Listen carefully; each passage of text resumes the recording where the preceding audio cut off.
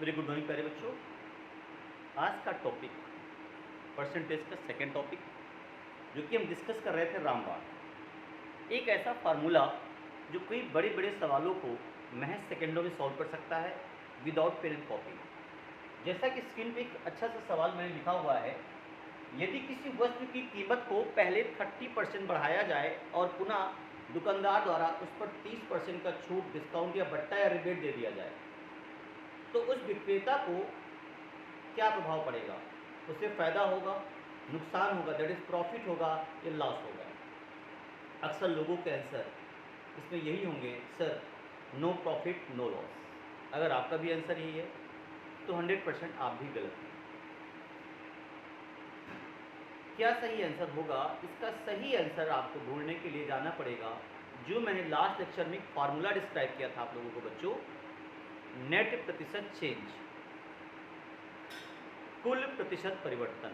वो formula screen पे आप इधर देखिएगा, x plus y plus x y upon 100%, x plus y plus x y upon 100%। X क्या था? पहला चेंज था। वाई क्या था? दूसरा चेंज था। इसके इस फार्मूले को इस्तेमाल करके आप इजीली आंसर पा सकते हैं। अगर यहाँ वैल्यू को पुटअप किया जाए तो ध्यान दीजिएगा, जैसे पुटअप करते हैं x पे वैल्यू रखिए पहले। हाँ, एक चीज़ और रखने से पहले, जहाँ पर बढ़ने की फीलिंग बच्चों आए वहाँ सिंबल आप उसके साथ प्लस रखेंगे, और जहाँ पर घटने की फीलिंग आए वहाँ सिंबल माइनस करेंगे। जैसे मैंने एक देखिए टेबल बना दी है, जहाँ वर्ड इस्तेमाल हो जाए अप, इन्फ्लेशन, इंक्रीज, प्रॉफिट, बढ़ोतरी, ऐसे वर्ड, इन सब के लिए परसेंटेज के पहले जो भी वैल्यू दी गई है 10%, 20%, 10%, 20%, 30%, उसके पहले आप सिंबल पॉजिटिव एज्यूम करके चलेंगे। लेकिन अगर वहीं पे स्क्रीन की दूसरी साइड दिए वर्ड डिस्काउंट, बट्टा, छूट, रिबेट, इन शब्दों का इस्तेमाल एग्जामिनर कर दे तो बच्चों उनके पहले आप माइनस सिंबल का इस्तेमाल करेंगे। बस इतना कर दीजिए, आपका आंसर 100% सही आएगा। जो मैंने सवाल एज ए एग्जाम्पल लिया है, जब ध्यान दीजिएगा, यदि किसी वस्तु की कीमत में 20% की बढ़ोतरी, तो जो 30% की बढ़ोतरी की जा रही, 30 के पहले जो सिंबल इस्तेमाल करेंगे वो प्लस होगा। फिर उसी की सेकंड स्टैंडर्ड में देखिए, और फिर 30% का छूट दे दिया जाए, छूट मीन्स डिस्काउंट, तो सिंबल क्या होगा? माइनस। इसको आप इंग्लिश लैंग्वेज के जो बच्चे हैं, क्योंकि लेक्चर बाइलिंगुअल होगा तो दोनों बच्चे आप बैठ सकते हैं। आप इंग्लिश मीडियम, हिंदी मीडियम में किसी भी एग्ज़ाम की तैयारी कर रहे हैं, राष्ट्रीय छात्रवृत्ति की, नवोदय विद्या ज्ञान, फेट का एग्ज़ाम आपका लगा हुआ है अभी तुरंत, या आप आयोग में बैठने जा रहे हैं, मैं चैलेंज करता हूँ ग्रुप डी जो सबसे लास्ट स्टेज होता है गवर्नमेंट जॉब का, वहाँ से लेके आईएएस तक की परीक्षाओं में यहाँ का सवाल पूछा गया है। सीसेट की परीक्षा में इसी टॉपिक का सवाल आया था, मुझे अच्छे से याद है। सवाल क्या है, आप सीसेट में जाके आईएएस की परीक्षा में देख सकते हैं क्या आया था। अभी डिस्कस करेंगे इसके बाद उस सवाल को भी जो आयोग यूपीएससी जैसी परीक्षा में यहाँ का सवाल आया है। पहले इसको देखिए, तो सभी के लिए है, सभी के सिलेबस में है, इंपॉर्टेंट है, इसके बिना पेपर नहीं बनेगा। सवाल क्या कहना चाहता है, अगर एक सेलर अपनी वस्तु की कीमत, if any seller increase his prices by 30% and at the last he give the discount of the 30%, then what will the effect on seller? Simple है, उस विक्रेता पे क्या प्रभाव पड़ेगा बहुत आसानी से आप निकाल सकते हैं। ध्यान दीजिएगा, वैल्यू पुटअप कर रहा हूँ, कैसे करना है? वैल्यू पुटअप करने में कुछ नहीं करना है, ये नेट प्रतिशत चेंज इज इक्वल टू, आपको फार्मूला स्क्रीन पर उधर दिख रहा होगा, x प्लस वाई, ये हमारा बना पहला x और ये बना y। इसके पहले सिंबल का विशेष ध्यान देना है कि हम सिंबल कौन सा इस्तेमाल करने वाले हैं। ये बढ़ा था तो सिंबल प्लस लिया, और ये घटा तो सिंबल क्या लिया? माइनस। डिस्काउंट, बट्टा, छूट, रिबेट, तो वैल्यू पुटअप करेंगे 30, उधर से फार्मूला माइनस 30।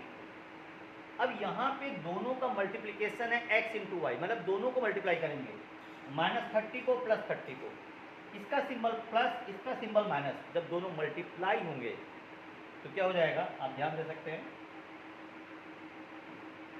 हाँ, एक बार पुनः देखिएगा, 30 माइनस 30 प्लस इंटू माइनस क्या हो जाएगा, माइनस। क्यों, इसका हम प्लस लिए थे और इसका क्या लिए थे, माइनस, तो माइनस हो गया। 30 इंटू 30 अपॉन 100, सॉल्व कर लीजिए, 0 से 0। इसमें अक्सर इतने जीरो होते हैं कि नीचे वाला 100 ऑटोमेटिक कट जाता है। केवल आप ये जो इन नंबरों को पकड़ लिया करिए बस। बड़ा डेटा पहले सॉल्व करेंगे, इधर वाला अगर इनको हम सॉल्व करें तो ध्यान दीजिएगा, 30 से 30 क्या हो जाएगा बच्चों, कैंसिल हो जाएगा। एंड 3 3 ज़ा 9, सिंबल क्या आएगा, -9%। -9% का परिवर्तन होगा। अगर ये ऑप्शन ना मिले तो इसको कह सकते हैं कि 9% की लॉस होगी, 9% का नुकसान होगा। उस विक्रेता को, सेलर को 9% का लॉस होने जा रहा है, या 9% की कमी होगी। कमी के साथ माइनस सिंबल का इस्तेमाल नहीं करेंगे। आप ये कभी नहीं लिखेंगे आंसर में -9% की कमी, -9% का लॉस, रॉन्ग आंसर है आपको, ऐसा नहीं लिखा जाएगा। फिर आंसर आ चुका होगा।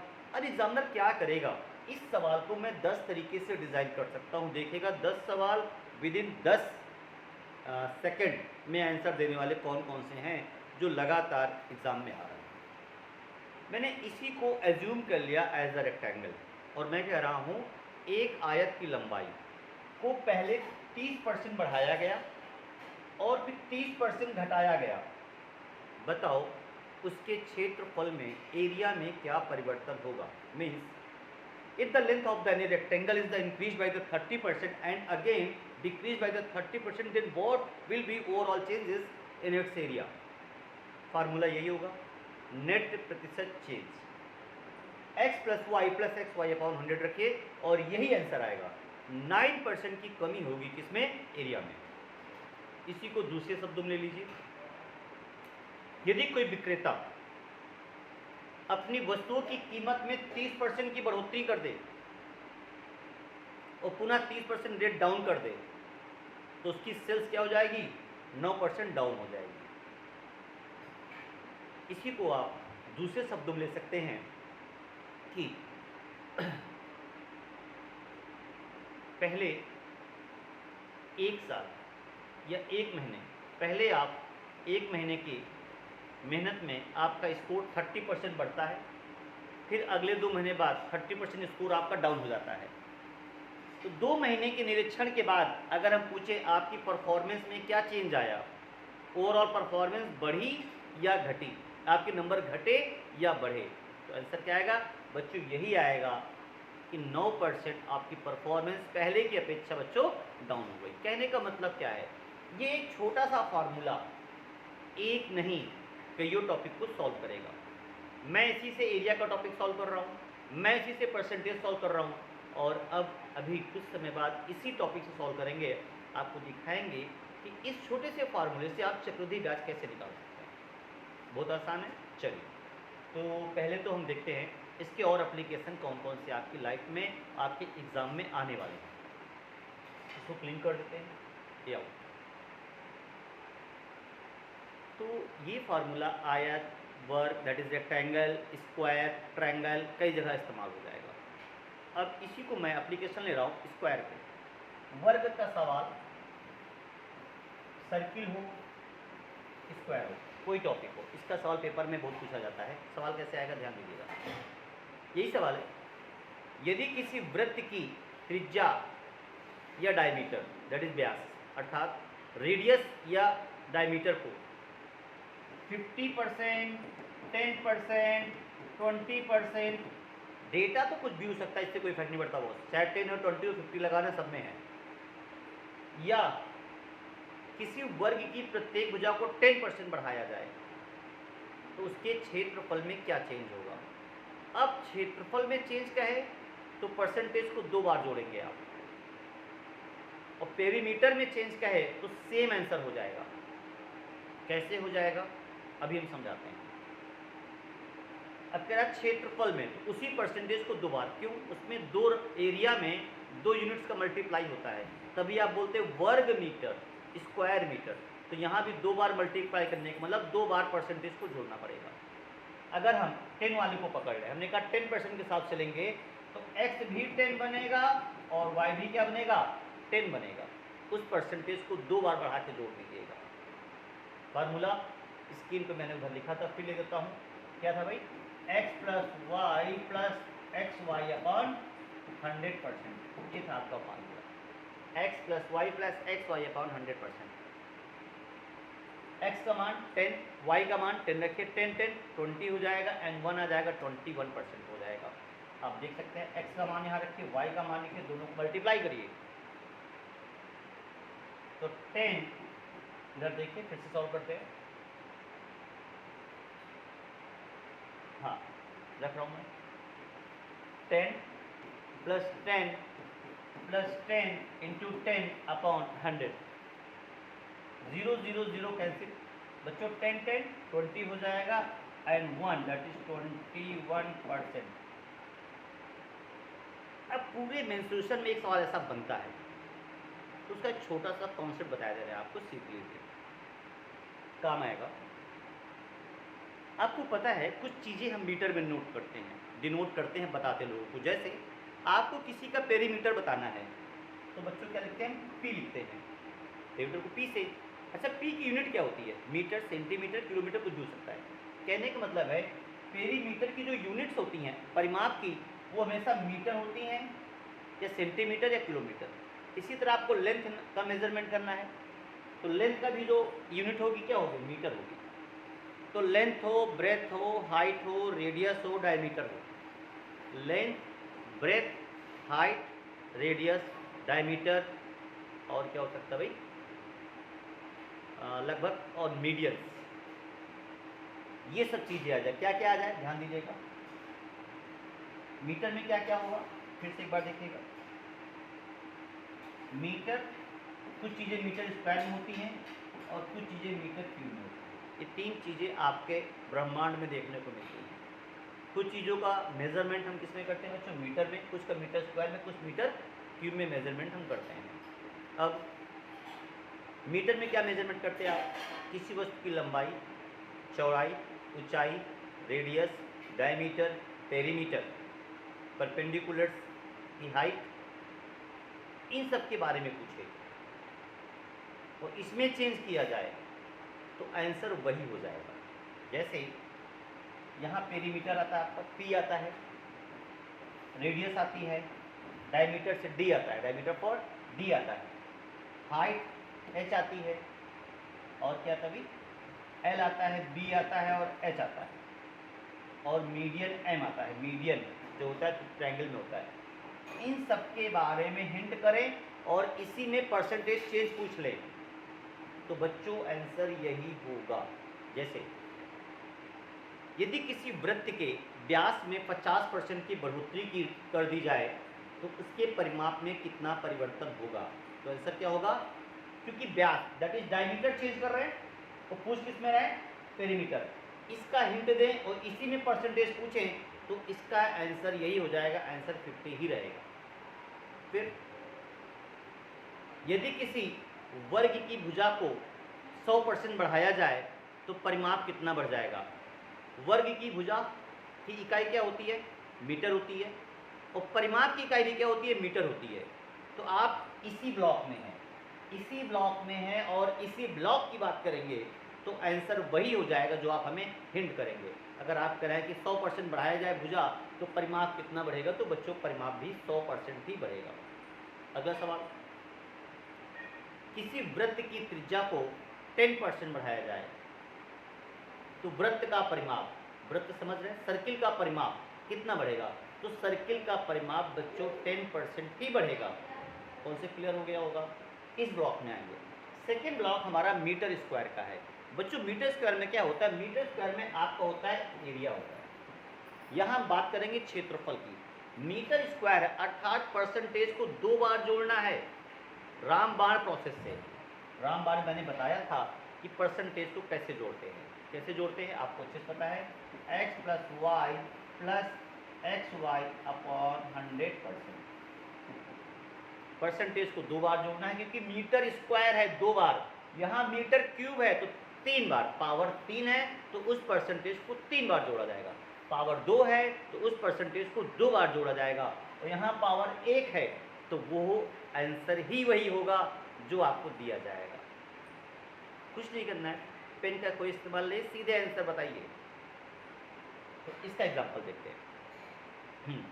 यदि किसी वर्ग की प्रत्येक भुजा को 10% बढ़ाया जाए तो एरिया कितना बढ़ेगा? अभी मैंने क्या पूछा था, यदि किसी वर्ग की प्रत्येक भुजा को 10% बढ़ाया जाए तो परिमाप कितना बढ़ेगा? परिमाप इसमें चला गया पेरीमीटर, और एरिया इसमें चला गया, तो एरिया में वही 10 2 बार ऐड होगा, 10 + 10, 10 + 10। इसी को हम घन की बात करें, क्यूब, यदि किसी क्यूब की प्रत्येक भुजा को 10% बढ़ाया जाए तो क्यूब का एरिया क्या बढ़ेगा? आंसर यही होगा 10 + 10।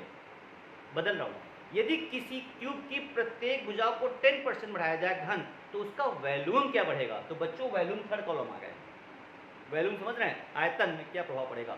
तो अब यही 10 जुड़ेगा 3 टाइम, 10 + 10 + 10, अर्थात 10 परसेंटेज को 3 बार ऐड करेंगे, वॉल्यूम में 3 बार, एरिया में 2 बार। वॉल्यूम कहाँ बनेगा?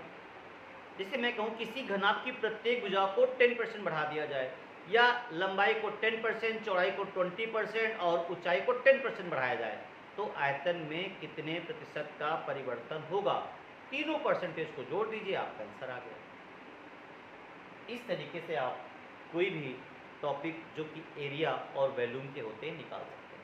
हम गोले की बात कर लें, किसी गोले की त्रिज्या को या व्यास को 20% बढ़ाया जाता है तो बताओ क्षेत्रफल में क्या परिवर्तन होगा? एरिया, क्षेत्रफल में यहाँ जाएंगे तो 20 + 20 2 टाइम, 2 बार जोड़ेंगे।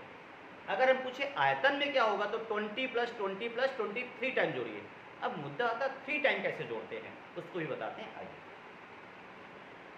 परसेंटेज जब 2 से ज़्यादा हो जाए, जैसे हमने कहा 50% + 20% + 10%। अब ध्यान दीजिएगा, ये हमारे पास 3 परसेंटेज आए और उनको पूछता है कि इन तीनों परसेंटेज का जोड़ क्या होगा। इसको ऐसे कह ले, किसी वस्तु की कीमत को पहले 50% बढ़ाया जाता है, फिर 20%, फिर 10%। बताओ वस्तु की टोटल कीमत कितनी बढ़ गई? निकल आएगा। ये किसी वस्तु की कीमत को पहले 50% घटाया जाता है, फिर 20%, फिर 10%। तो फाइनल 3 घटोतरी के बाद, 3 कमियों के बाद, 3 छूटों के बाद उस कीमत पे क्या प्रभाव पड़ेगा? बहुत ईजी है। अक्सर हम 3 लोग मिलते हैं तो 3 लोगों में दोस्ती इकट्ठे नहीं होती बच्चों। जब हम कहीं नए नए जाते हैं तो पहले कोई 2 मित्र बनते हैं, 2 फ्रेंड्स बनते हैं, फिर तीसरे ग्रुप में आके शामिल होता है। वैसे आप यहाँ करिए, आपको 2 की दोस्ती कराना पता है ना, तो पहले इन 2 को दोस्ती, जो लोग अच्छे होंगे, कहने का मतलब है जो नंबर आपको देखने में अच्छे लगें पहले उनको जोड़िए। हमें देखने में कौन अच्छे लग रहे हैं? 50 एंड 20। मतलब जैसे कहीं अगर 19 और 20 लिखा है तो बेस्ट नंबर क्या होगा जो आप सेलेक्ट करेंगे? वो 20 होगा। तो बेस्ट नंबर हमारे लिए यहाँ जो है 50 एंड 20 है। पहले इन दोनों को जोड़ेंगे रामबाण से, जो कि मैंने आपको फार्मूला बताया बच्चों, क्या बताया था? ये बताया था x + y + xy/100। इससे जोड़िए तो एक बनेगा 50, एक बनेगा 20, रख दिया मैंने। लास्ट में आइए 50 × 20 बच्चों अपॉन 100 हो गया। सॉल्व कर लीजिए, आंसर आ गया 0 0 0। 50 एंड 20 हुआ 70 एंड + 10 बराबर 80%। कहीं गलत हुआ भाई क्या? 80% तो आ गया। अभी मात्र इन 2 को डेटा को मैंने लिया, अभी तीसरा डेटा मुझे लेना बाकी है। और बच्चों तीसरा भी 10%।